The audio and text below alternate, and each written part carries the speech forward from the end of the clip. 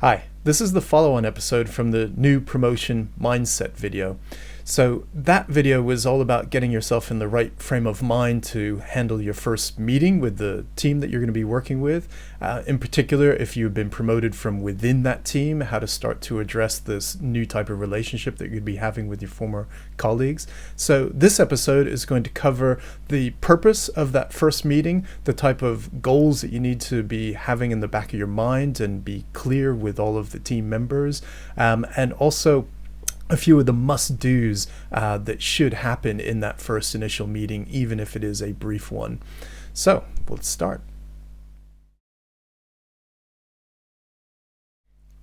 The overriding purpose for this initial meeting is going to be laying the foundations for the relationship building that is going to happen in the coming months and years when you're going to be in that role. And getting those foundations right is going to mean such a difference as the work unfolds as to how well everyone is working together as a team and how well they're working with you as a leader and your performance as a leader.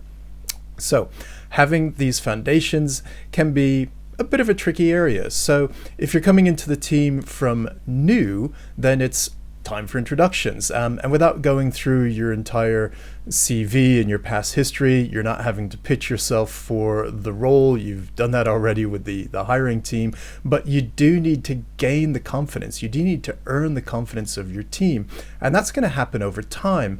And the best way that you can start to achieve that in the short term is just to approach it with, again, a fairly humble attitude. You know, you're delighted to be a part of the team. You're honored to be put in this leadership position, and just lay out briefly where you've come from, what your background is, just to make sense of why you are now sitting in the chair that you're sitting in without overdoing it. It's not the time to be spouting your ego and listing all your accomplishments as if you're trying to impress someone in a really clumsy way at a cocktail party. You know, this is all about instilling a bit of confidence initially, and then ask the other team members to introduce themselves. It's again a great way just to have everyone speak for themselves, take as little or as much time as they like, just to explain about, you know, how long they've been working with the organization, what their role is, and they may even take this early opportunity to raise some pressing issues with you that you can deal with as a follow-on later in the meeting after everyone else has done their introductions. If it's a situation where you've been promoted from within, obviously you all know each other. It's not necessary to have that type of introduction, but this is a time for you to set the tone of going forward. Yes, your team knows you, but they don't really know you as a team leader yet. They don't know how you're going to act and behave.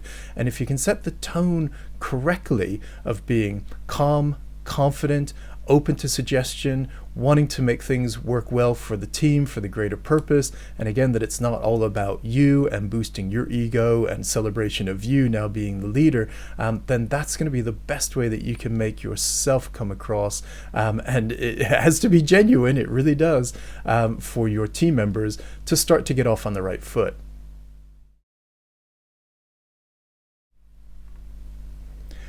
Listening is an essential characteristic of good performance in a leadership position, and this is especially true in the very early stages, particularly in your first meeting. Really try to let the team members do as much of the talking as possible. Let them speak first. Ask open questions about what's been happening, what's been going on. Sure, you will have been given a bit of a brief by perhaps the senior management as to what's happening into the team and the situation and so on, but that's all maybe second or third hand information. It may not be accurate. You need to learn for yourself what's been going on, and the best people to ask are the people sat in front of you right now. So be totally open, take notes, be actively taking notes, allow people to let you know where the pressures are, what the issues are, what problems are still open or unresolved, what are the big challenges, what have they succeeded at, failed at, and so on. They'll want to be able to give an account of themselves and their past history in a way that's going to help you to merge into that environment and start to take over in an effective way. And you can draw that out simply by, asking open questions, drilling down if it's not really clear, and just make it certain that, this is not a witch hunt. This is not you starting to lay down the law. This is you simply wanting to know what's been going on around the place so that you can fit in better and help achieve what needs to be done. Now, unless you're walking into a brand new position that's been created to head up a newly composed team, you're going to be dealing with the legacy of your predecessor or predecessors. Sometimes there's been a string of them before you've arrived at the scene. And how things went before you arrived is going to have a big impact on how things are going to go afterwards. Now, in some ways, who sat in the chair before you, should really make no difference. You're new. There's a clean slate, you're looking at everything fresh, and what happened before, shouldn't really positively or negatively influence, how you deal with things. But, the fact of the matter is, you may well have had a, poorly performing leader in place before. Maybe things weren't explained. Maybe the goals and the expectations were never really laid out. Maybe certain standards were not kept. Maybe that leader just wasn't clear about what the expectations were, in which case you're going to have a bit of a hill to climb. But of course, in some ways, it's actually easier to take over from a leader who did a really bad job, because hopefully your team will be crying out for change. It's possibly you might take over from a leader who didn't do such a great job, but was actually quite an easy leader to get along with because they didn't enforce anything. And although the work didn't get done, some people were quite happy slacking off. So that's going to be a different scenario.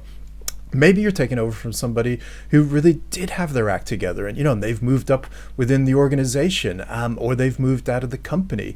If they're still within the organization, either way, that can also be a bit of a tricky one, because if you have people on your team who aren't happy about what you're doing, it's always a possibility that they're going to go over your head, go around your back, and make contact with their previous team leader who's still in the company, who's most likely got a senior position, possibly directly over you, and air their views. Now, that senior leader can take one or two tracks. They can either come to you and back you up and give you assistance, or they can crumble and fail, or give in, or give air or grievance, and make life very, very tricky for you if there seems to be this back channel of getting things done through the old boss.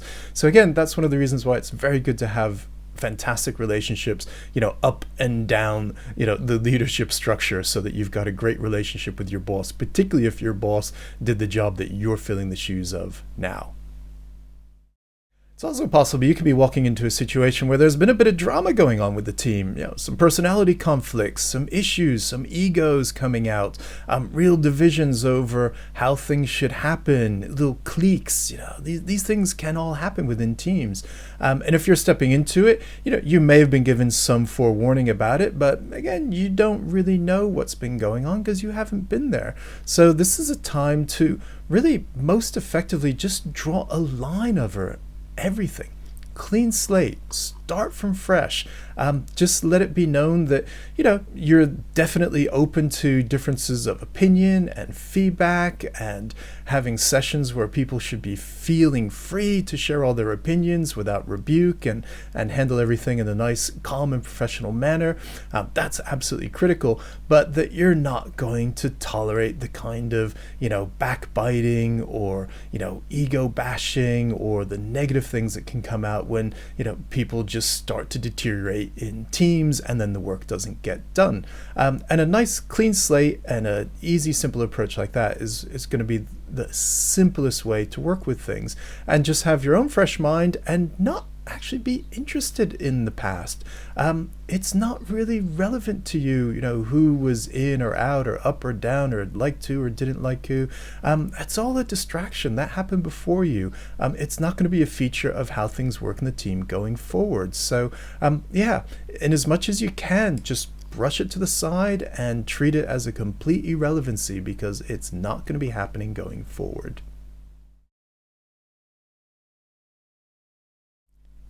As a new face in a team management role, it's quite critical to assume nothing. If you walk into a situation and you're assuming that things have been explained to the team, that they're fully aware of, the standards of expectation, the goals, and so on, you may be sorely disappointed. So now's your opportunity, again, not in a laying down the law sort of tone of voice, but just to have clarity. People really like clarity. They know where they stand. They know what the expectations are. So here's the chance for you to simply, look at what the company's overall goals are. Just make sure everyone's on the same page. They know what that is. Make sure everyone understands how your team fits into making those goals happen. Again, that might have been clear in the past, but maybe it really wasn't, and you can't make that assumption. Just lay down what things you're willing to expect and tolerate, and which things you're not. That you're going to have professional standards of behavior on the team, that each person is going to be expected to do their job, to ask for their help from their colleagues or yourself if they are struggling, and to have clear and open communications about things. And that level of clarity, if you can start with that and maintain it throughout your career as the team leader, is just going to put you in good stead in terms of setting the tone and making things happen.